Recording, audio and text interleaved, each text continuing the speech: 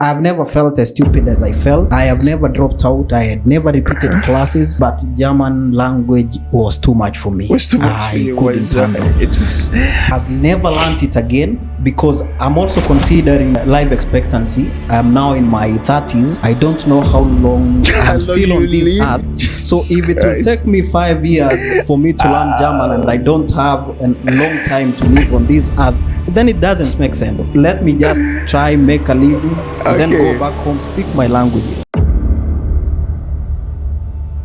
Hey guys, once again, welcome to our Onlyfacts podcast. It's me, as always, Lorenzo, and I'm here with a gentleman here today that we're going to speak about him living in Germany the past 3 years and his experience so far. And before we go ahead, I think I'll let him just give, tell us a bit about himself and then give us details rather than me giving you all of those details specifically. So welcome to the podcast today, and thanks for joining us. We appreciate you. Thank you.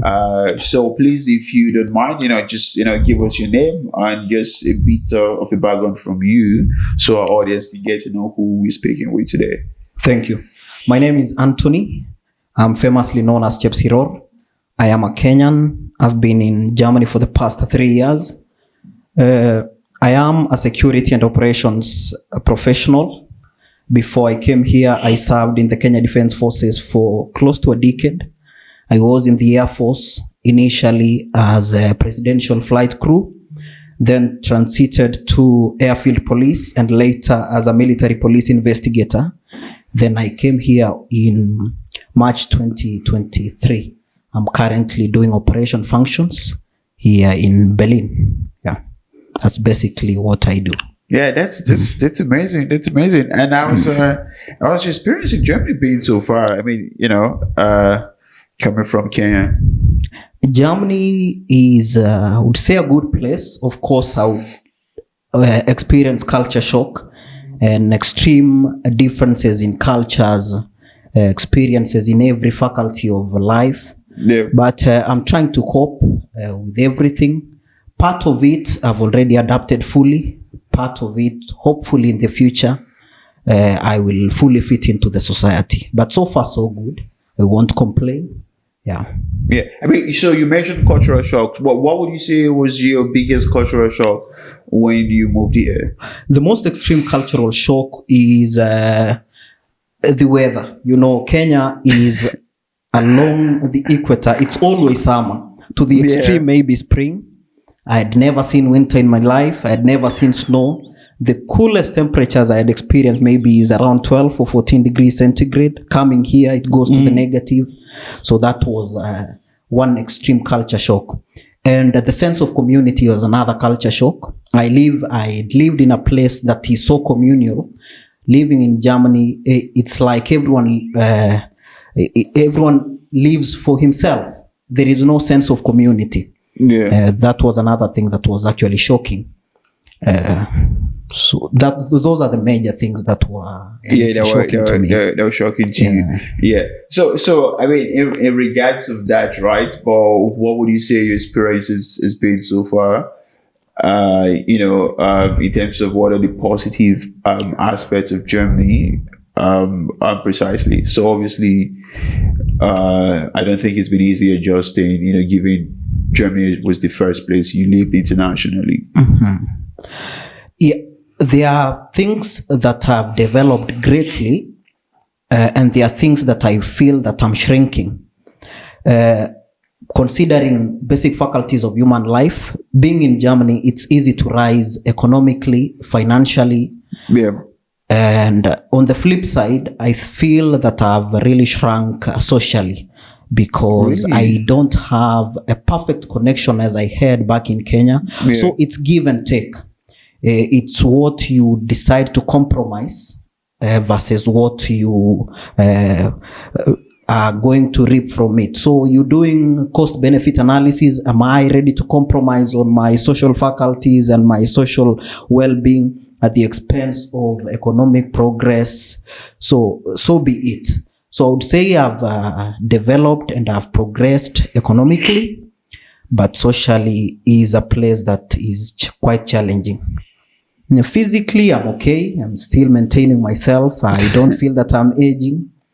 And so far, so good. So it's so. Yeah. Oh, brilliant. And I was German. Oh, it's not easy. Let me give you a story about this. Yeah, please do. Yeah, please do. That was another culture shock I forgot to speak about. I tried going to class immediately. I came here. Yeah. And unfortunately, I did the pre-entry test because once you go into these German classes, they check your proficiency by putting you into test. And I think the person who was interviewing me or testing me felt that I know a little. And they put me a class ahead. I started in A1.2 instead of 1.1. Uh-huh. And I went to a class. I met people who've been here for up to 7 years. They can converse directly with a teacher. I was like the dumbest student in class. I could not figure out anything. I tried to survive for a month and I dropped out. I've never felt as stupid as I felt. I have never dropped out. I had never repeated classes, but German language was too much for me. It was too much I for you. couldn't handle. And then you've never left German after that? I've never learned it again because I'm also considering life expectancy. I'm now in my 30s. I don't know how long I'm still on this earth. So if it will take me 5 years for me to learn German and I don't have a long time to live on this earth, then it doesn't make sense. So let me just try make a living, then go back home, speak my languages. All right. So basically, the reason you've not left German is because of life expectancy. Let's just put it like that, right? That is a big reason, yeah. Okay. And I come here when I was 17 or early 20s. I could consider it, but now, no, man. I can't. I can't. Yeah, but how's the experience with with the housing situation? Being hosted as well as couch. I think you've traveled as well, right? Because I think we like at a point where you said you've traveled as well. You went couch surfing. Yeah, how was those experiences like for you? It was crazy. Housing in Germany was crazy. I was comfortable living in Nairobi. You can rent your own house as much as you can. It's affordable, maybe 2-3 bedroom apartment. And it's easy to find a house. You're looking for a house in a day, you get it. You can move in the next day or the very same day. The government doesn't care where you live. It's between the owner of the house and yourself. Yeah. Here, the state knows where everyone lives. It's funny. Another thing is that the accommodations that are here cannot accommodate everyone. So it forces people to share these apartments. It's an issue of cost and also the availability of these housing. So when I came, I was hosted by someone. Is it actually being hosted? I think I rented a room inside someone's apartment, which is quite weird. I've never seen that. You can't even, it's so hard for us to host even your relative, leave alone renting a room inside your own apartment. But I had to rent a room inside someone's apartment. And you have to abide on their rules. Mm-hmm. You don't have the rights of ownership. You don't have the rights of possession. So you have to live in accordance to what they tell you. And the most creepy thing that, let me tell you what happened. Yeah. This was the creepiest among the things that I was told to do. The lady who rented me this room told me, now, these are the dictates of this house. Since you're a man and for hygiene purposes, you need to be sitting on the toilet bowl as you pee. It's one of the creepy. For over 30 years that I've lived in Kenya, I've been standing while peeing. You see, now I'm being told to be sitting while peeing. Yeah. And I tried faking it because I felt that all my masculinity have been stripped off. But I didn't have a choice. I had to live there, try to maneuver my way still I could find my way out and live according to my statutes. Yeah. So it's not easy living under someone on statutes and someone's. Yeah, I mean, I know people, who've been in a relationship and peace sitting in the toilet now, and they're now clamoring for that as well. I mean, I still feel uncomfortable doing it as well. So I think that's why. Do you do it? I still feel uncomfortable doing it. Okay. I mean, obviously, in some people's place, right, you might do it, but that's why I prefer my place, right? Sure. So because then you don't, have sort of, the sort of rules. Literally, yeah. But I mean, and now you live at your place and you don't do it anymore. Now I finally managed to get an apartment. I live alone. I can do whatever I want to, but it's a hassle. Some people take up to 3 years, 2 years, a whole year doing applications, being called to view houses. You find yourselves, you're about 10 people.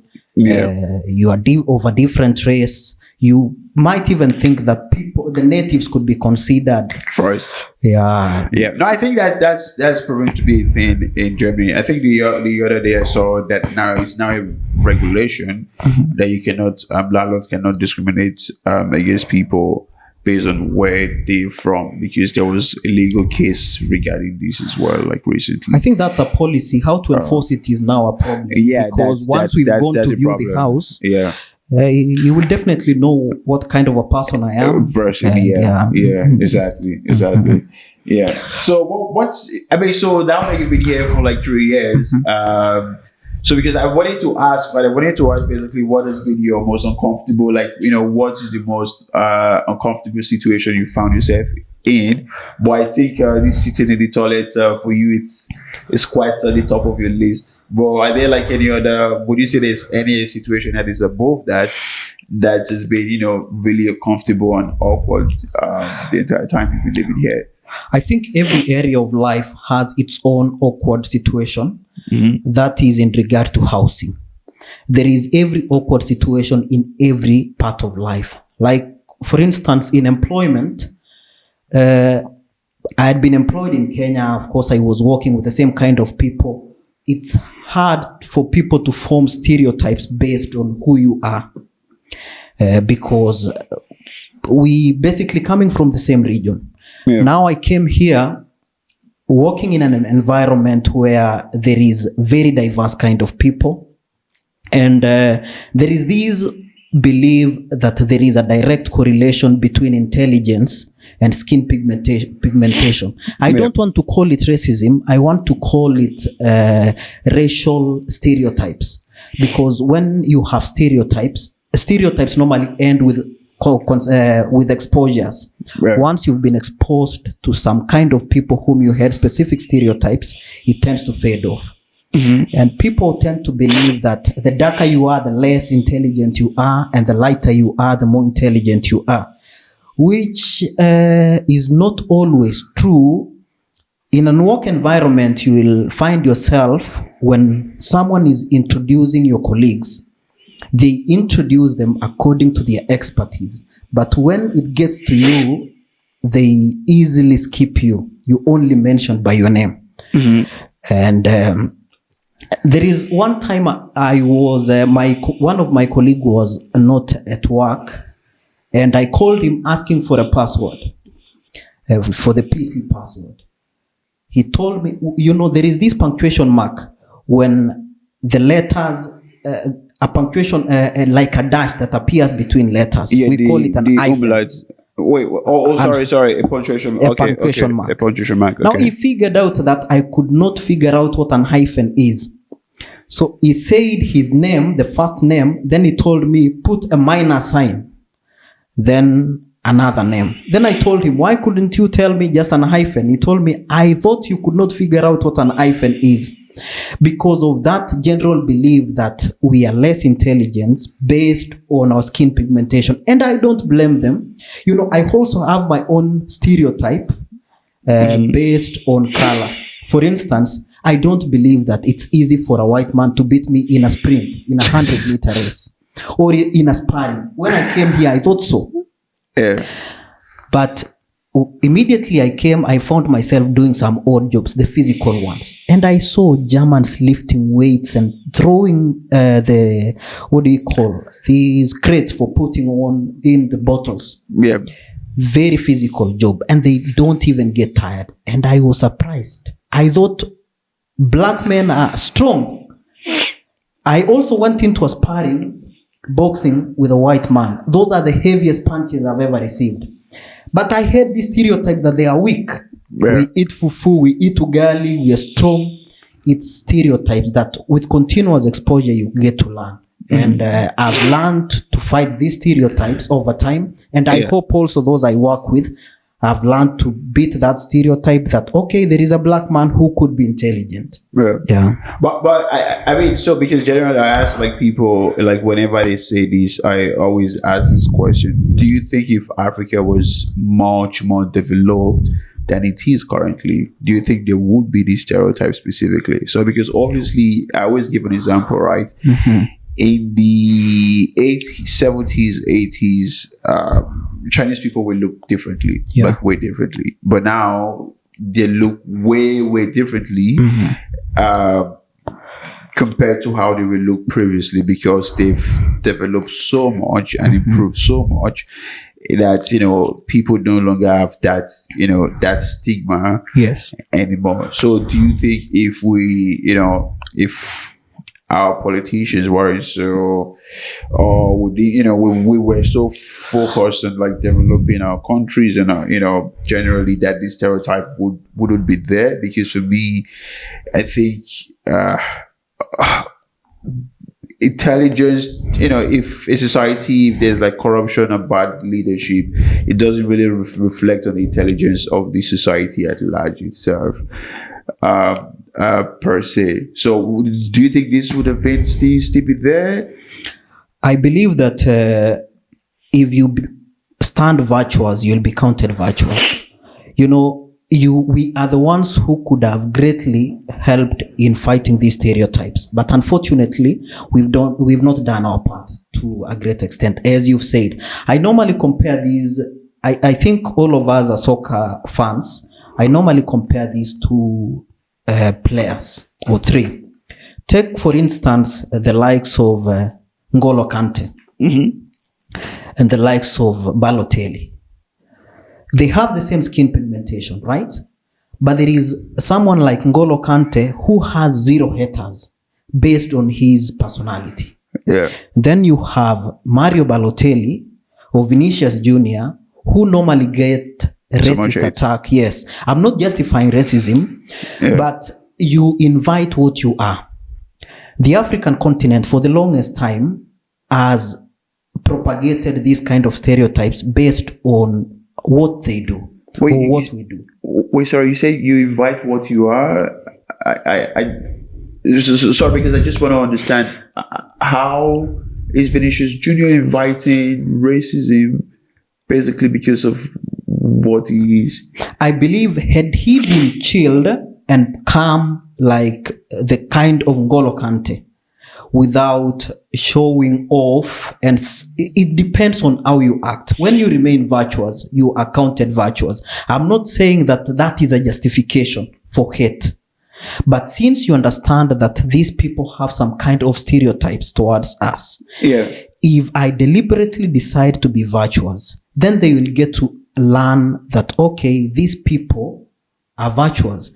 When it comes to breaking stereotypes, I don't advocate for military kind of approach. Wait, sorry, I don't want to keep cutting you short, because I still want to understand, right? But why is that Vinicius' problem on how other people should behave, basically? I mean, because it's just you know, an hyper person who is happy and, you know, expressing himself. Why does he have to be a certain type of way? Because what he's doing is not harming or insulting anyone, right? Yes. So why does he need to behave in a certain sort of way for other people not to be racist? I mean, you can insult him for showing off, but being a racist, I don't see how is inviting it. So I just wanted to understand that point of view. I don't take him as a cause for racism. I take his behavior as a catalyst. People are already racists, but they are looking for an opportunity to justify their racism. So since you understand that these people have a different perspective towards us, and my actions will trigger or will speed up their hate towards us, I would rather avoid so that I do not catalyze the hate. But if the moment you trigger, then they get a justification to propagate that hate. He's not the cause. There is a separate causal agent. But now I'm considering the action of these specific people as triggers. I don't know if you get it. No. I get what you mean. So are you saying inherently what Vinicius Jr. is doing is bad? It's not bad. It was a case example. It's not bad. No. I know it's an example. I'm just like, trying to get like the full context of what it's you mean. Not I understand bad. It's what not trying immoral. To say. It's okay. But how those who are already racist perceive, they perceive it as a trigger to say, okay, you see what he's doing? And it promotes a justification towards it. Yeah, well, I think to be honest, we can agree to disagree, because I totally disagree with that point of view. So we can agree to disagree there. Yeah, but I get where you're coming from, generally speaking. But I just feel if I'm expressing myself as far as I'm not, hurting anyone or being disrespectful, shouldn't really give anyone his concern to be hateful. I think we've dwelt on a person. Given more examples. No. I know. Yeah. No. It's why I also like use myself as an example. Yeah. No. I get like the entire scope. I know. I also feel like you should always behave properly, generally speaking. But anyways, let's come back to your experience in Germany. So because you mentioned like your social, I think we've not exhausted the element of the African continent and how before you proceed to my experience here. Okay. Yeah. I believe that it's statistical analysis. I've given an example of athletes. Okay. If all the records that have been held in 100-meter sprints for the past 50 years are held by blacks, it's easy to conclude that blacks are faster. It's you create an hypothesis, you subject it to experimentation. Okay? In every major event, it's always a black man who wins. You will make a conclusion, an inference based on observation that, okay, the black race are superior when it comes to sprinting, right? Now, I want to slightly understand these people, that they are also making observations that, okay, Africa is less developed, is putting aside every other factor. Africa and any other place that is full of the black population. Take, for instance, Caribbean, the Haiti, Jamaica, and those other places where it is predominantly black. Why are they lagging behind? If you consider the economic prosperity to be slow, it is easy to conclude that there is a problem. And for someone who is looking at it from the outside, he will say, okay, there is a direct correlation between skin pigmentation and intelligence. But until they get exposed, or not until we get out of this problem and show the world that, okay, we are also virtuous, we are also very straight. So wait. If you're using, if you're using development as a justification for that, I think you're absolutely wrong. Okay. Development is as historically be a transitional time period historically. All right, Europe were the first civilization to be developed. America wasn't. It started from obviously you have like the Middle East at one time that was fully developed. You have Egypt that was fully developed at the point in time. You have the Roman Empire. You have the Asian as well that was fully developed as well. So development has transitioned historically from one region or one part of the world to another. So using development is, for me, an hypothesis I wouldn't agree with personally speaking. You're the host. Let me ask you one question. Right. So I'll just say the reason why I keep saying Africa is not fully developed. Again, it has nothing to do with intelligence. If you see, we have amazing Nigerian doctors, as for example in the UK, in America, we have brilliant people. It's just basically because, at the beginning of the formation of the countries, they were wrongly formed. We have differences, and then as well, there are corruption for certain people that were corrupt as well. So certain people that were corrupt and, overpowering the masses, right? Overpowering the masses has no reflection or no bearing on the larger society. So using development as a justification for me, I think is a complete fallacy. Right. So I'm not saying your perspective is you don't have your opinion. Mm-hmm. I'm just saying for me, development has transitioned from one timeline from society to society over time. So I just think our time is going to come just the way it came for China, that has developed in the last 50 years basically, and India is bringing up as well. So I just think over time we will get there, if all of these older generation, if they are, I think on, the point that you're missing is that I'm not considering this as a fact. I'm considering it as an hypothesis to add a certain kind of thinking. Mm-hmm. Let me ask you, like, I come from Kenya. Yeah. Around 1970, we had the same GDP with the countries like Singapore and South Korea. Mm-hmm. At the moment, about 50 years down the line, mm-hmm. they are like 7 times greater than us. And considering the amount of natural resources and manpower, we have more natural resources. The manpower is almost at par.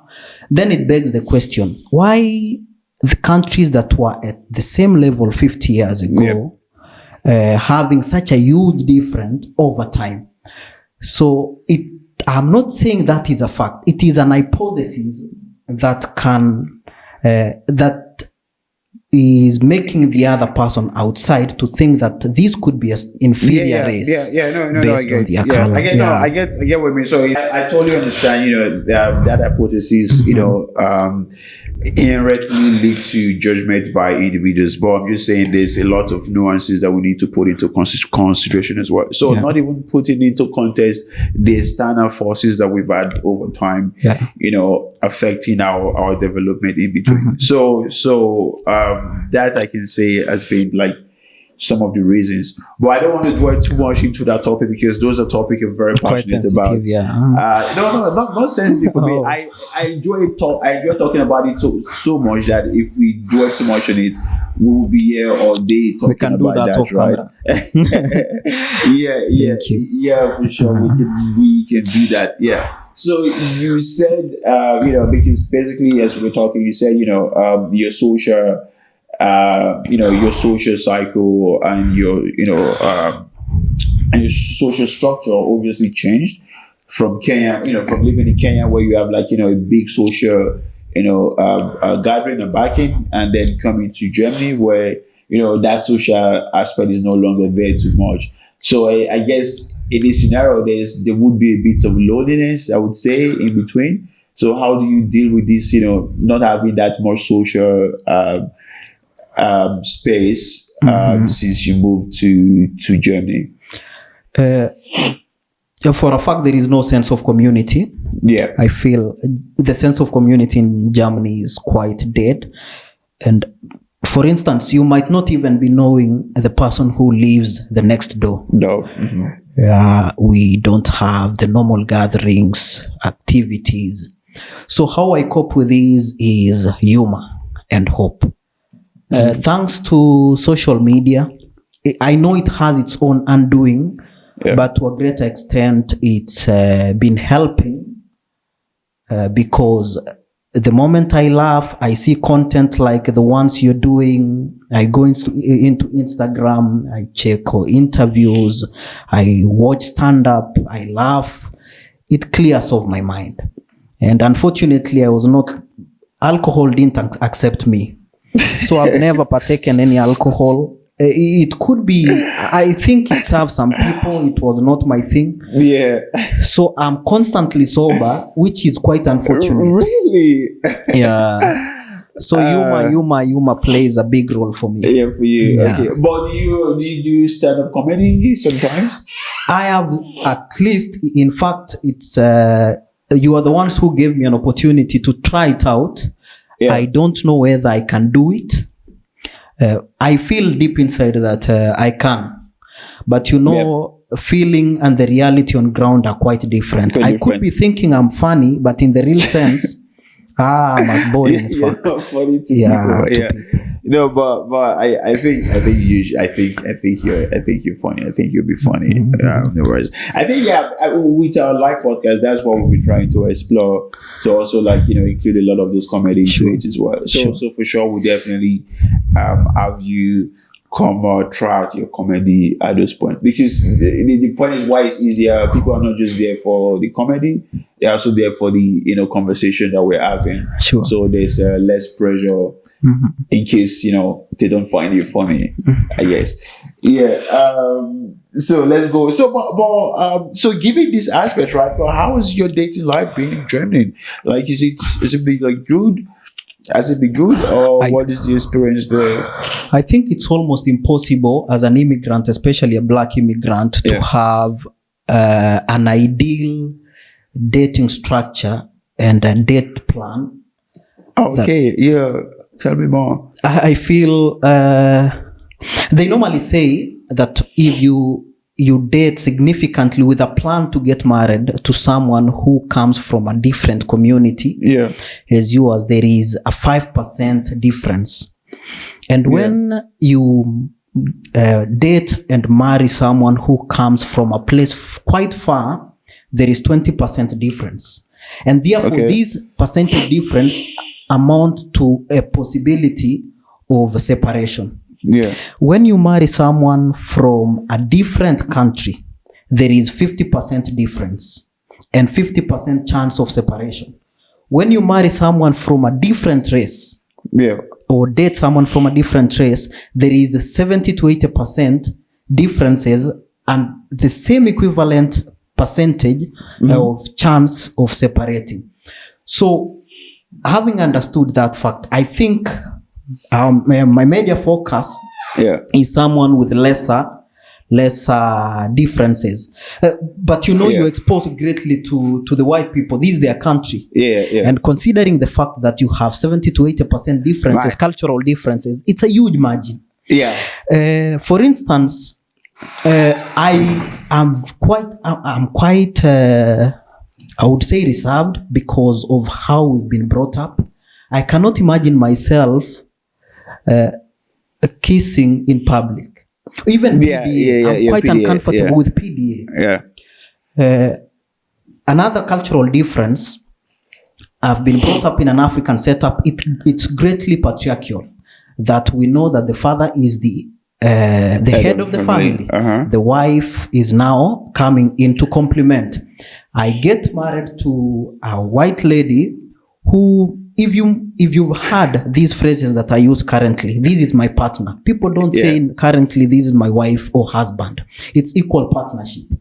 Personally, I know that I should be leading. Now I'm going to an arrangement with someone who knows that we are equal. Differences. I'm inviting a great controversy in there. So, and when I go to people whom we are not greatly differing, for instance, Africans who come, I'm dissecting Africa into 3 portions. The West, I'm not counting the North Africa. Those are it's like an extension of Europe. So I'm counting the West Africa. Really? Yeah, I feel it's an extension of Europe. Not even Middle East? No, it's not. I don't know. When I say Africa, it's sub-Saharan Africa, the West, the South, and the East. The West African ladies, and by extension the South, I think the West Africans have subjected their ladies to classical conditioning. you know what classical conditioning is, right? Remember this experiment where someone used to ring a bell before giving his dog some food. And over time, the dog attributed the ringing of the bell to food. That when the guy rang the bell, the dog starts salivating even before seeing the food. West Africans have exposed their ladies to this kind of classical conditioning whereby they don't, in this case now, the food is the man being eaten, the bell is now the money, and the salivating is now being ready for intimacy. I feel that the West Africans expose these ladies to this conditioning whereby if you don't ring the bell, in that give the money or entice them, they don't go wet. You see? So these are major problem in this side of the world. So and when you come to my people who, so much. Yes, sorry, go on. When I come to people from my own region, they've been greatly been assimilated into that culture whereby I need to incentivize these intimacy. So it's not easy dating over this kind of in such kind of places. And two, ladies are quite needy in Germany. What? They are quite needy. Needy. Okay. They are quite needy. A lady, you know, in a perfect environment, a lady normally sees three things in this order. It's always the game or the charisma. 2 is the money, and 3 is the looks. But now, look at yourself. You're obviously more charismatic than I am. That's why you're hosting this program. You're tall, dark, and handsome. Not as less fairer than you are. And I suppose. I wouldn't say so though. You know, you're very good looking young man yourself. I feel you're charismatic as well. The goodness with the masculine looks, you can bridge the good looks with the bad looks with good clothing. But anyway, maybe you could be having a good amount of money, but if I can fulfill the most immediate need for this specific lady, look, for instance, there is a lady who is struggling with her residence. She's completed 18 months postgraduate visa. She needs to either get a job, get a residence, or go back home, or she doesn't have a good status here. This lady would possibly come to me because I can offer a solution. I can offer her residence if I'm ready to marry immediately, and leave you who is more charismatic, more good looking, and with more finances, because I can fulfill this immediate need. The problem is, as soon as I fulfill that immediate need, there is another need that will arise, and she will tend to go to someone who will fulfill that need. Or else stick with me and deny me paternity. And that's why we are finding a lot of men failing paternity. I'm with someone whom I married because she wanted me to fulfill that need. That need at the point. But you are helping me sire the kids. So I'm taking care of your kids unknowingly. So by the way, I saw this. There is a law, a policy that the German people are trying to implement. I don't know whether it's implemented fully, that before you sign a father shaft, they need to check your DNA. And I think they are coming to help some of us who could potentially fail paternity. So that is the challenge with the dating experiences here. Yeah, honestly, I think that's very good, to be honest, because in German per se, you cannot do a DNA test before the kid is born. You cannot do a DNA test on your own. The other person needs to give approval as well. So I think, with the father shaft, I think that would be good. But going by what you just said, I've never heard someone give so many statistical reasons and statistical figures, but the 70, 80%, 20% differences when it comes to a relationship. 70% difference, 80, 20% difference, and all of that. So that's quite interesting and insight for you, to be honest. But are you generally finding it, would you say relationship life has been, okay, good so far in Germany from your perspective? Just from your personal experience, or you just feel like it's just been there and okay, nothing. No. I think it's awful.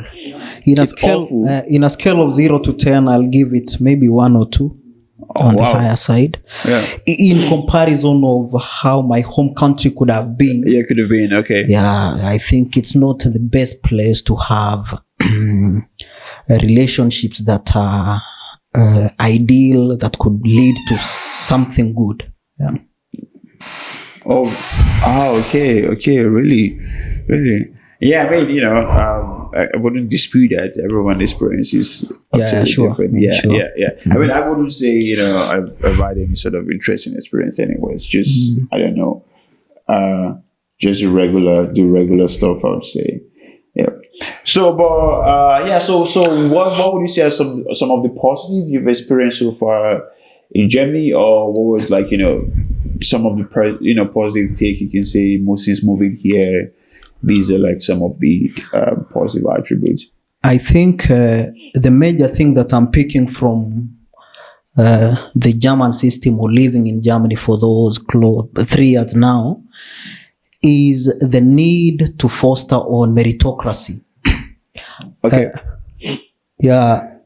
I've met, going back to what I thought before, I used to think that all, white people are super intelligent. Of course, we have those who are super intelligent, but on the flip side, we have guys who are very clumsy at the same time. Yeah.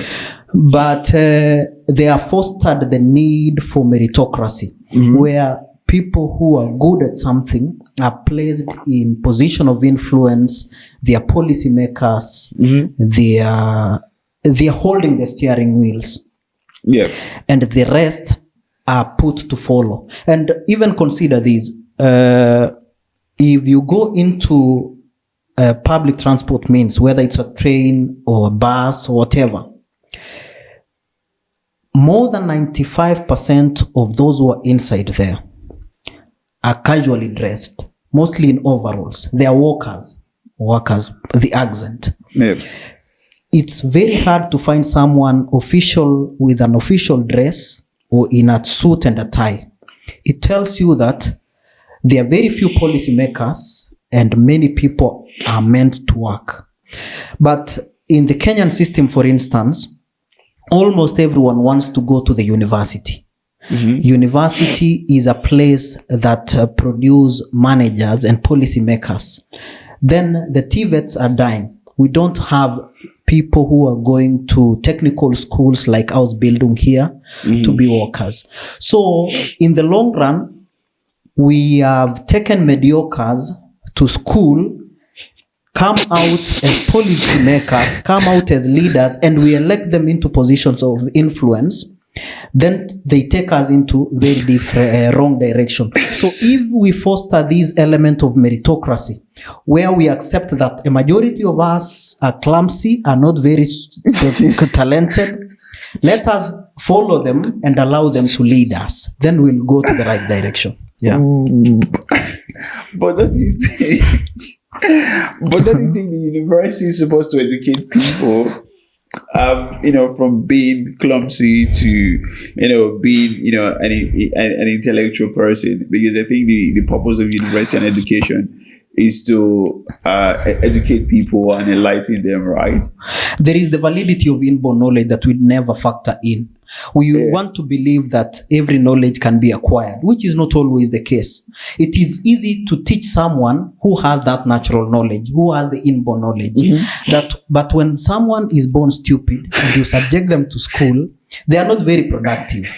But it's good when you filter these people and get someone who has the inborn knowledge, subject them to school, then they become then good it became people. Then it became good. Okay. So I'm sorry, I'm laughing. I'm just no, I just find this conversation like super insightful and also humorous as well in between. So not as if I don't think it's a legit opinion. I think it's legit, but I just find it like super humorous.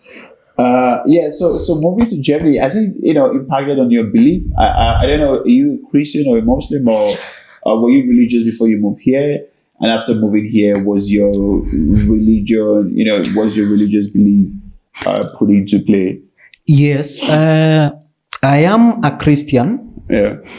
I would say I'm religious to an extent. I try to be, but of course not to the extreme side. I try to be liberal as much as I can as I practice my Christianity. But what I've learned is that ever since I came here is that in Africa we're using Christianity as a tool, as a wrong tool. Christianity here is specific, or to a greater extent is a spiritual tool, which is supposed to foster or bring up your spirituality and to make you relate with the deity or the higher power. But unfortunately, we've taken religion back at home as a tool to everything. When we have an economic problem, instead of doing something to empower ourselves economically, we want to pray, which doesn't work. Prayer is a spiritual tool. It's not a financial tool. But for them, they've understand this fact that when they have an economic problem, they employ economic tools to sort out this problem. When they have social problems, they don't go bowing to pray to sort out social problem. They invite or they take up appropriate tools to foster the social problem that they're having. So unless they have a spiritual need, that is the time they will consider religion. But for us, it is a priority as a tool to help us sort out everything in life. Yeah. I think I agree with that. Agree with that personally speaking. Yeah, agree. Yeah. So since moving abroad, what would you say your experience has been? Just generally moving abroad. And have you traveled around Europe as well? I have. In fact, initially, I used to come to Netherlands. From around 2016 back and forth. I've traveled about here and about. And, So, and as this, what would you say you've learned from this experience so far compared to, compared to Kenya or to Africa per se? What kind of experience actually? I don't know, what would you say is one thing you've learned from these experiences of traveling? So like you said, working in an international organization to, traveling around Europe as well. So what would you say has been, one thing you've learned from these experience? They normally say if you've never visited other people's homesteads, you tend to think that your mother's food is the best. Going into people's homestead, then you get to learn the art of cooking, that there are people who cooks better than your mother. So the little traveling that I've done, it has taught me that there are things that are done better. There are things that can be done in a better way for the betterment of the human race. So to a greater extent, it has opened my mind. And other than you don't necessarily have to read to have a positive influence of your mind. Traveling alone can really expand your horizon. So I feel that I've had a wider scope of how life is, how things can be done differently. So I've had a serious or significant influence as far as traveling is concerned. Brilliant. Okay, so just before we go, what's one advice you can give to other people, other expats such as yourself that is moving to Germany as well? So what would you say, from living here for 3 years, having those experiences, what would you say it's one thing you can advice you can give? As an expatriate, I would say that the same thing that I had said initially, be virtuous to be counted virtuous. We play a major role in undoing or reversing the kind of stereotypes that people have in us. If you act decently, you'll be treated decently. And two, don't be mechanical in approaching people who show us this kind of prejudice and stereotypes. Diplomacy is the way to go. If you showcase that you have something in your head, people respect you for that. Just be virtuous and you'll be counted virtuous. Yeah. Amen. Yeah. Thanks again for coming. Thank you. We appreciate you, Christopher. I think you've had a very delightful conversation. It's been educational, it's been exciting, and also humorous as well. Thank you. So thank you a lot for that. So do you like do comedy? Like, do you do comedy socially? Like, I mean, do you post comedy stuff? Like, do you or not really? You just go do stand up every now and then. No, I wanted to consider stand up because I do more of writing. Okay, if you check my social media platforms, I call myself Chepsiror Jr. Okay. I write stuff. Yeah. I feel that I am more gifted in writing than speaking. Yeah. So because why I'm asking is I wanted to tell our audience where they can find your social media as well. So I thought you do something. So if you do, you can tell them your social media so they can follow and see your stuff as well. Thank you. Yes, I'm more into writing, trying to explore spoken content. Mm-hmm. I'm new into it, but my writing, I'm very comfortable in that. So you can follow me in all social media platforms. I go by Chepsiror Jr. We can interact over there. Okay, all right, guys. We'll put that in the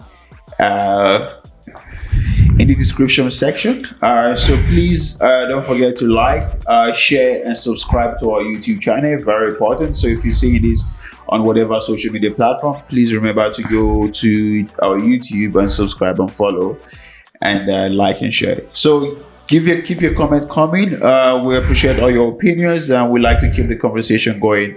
And we'll definitely have Christopher for part 2 at some point afterwards. So thanks again for coming. Thank you. Avud is in. Thank you.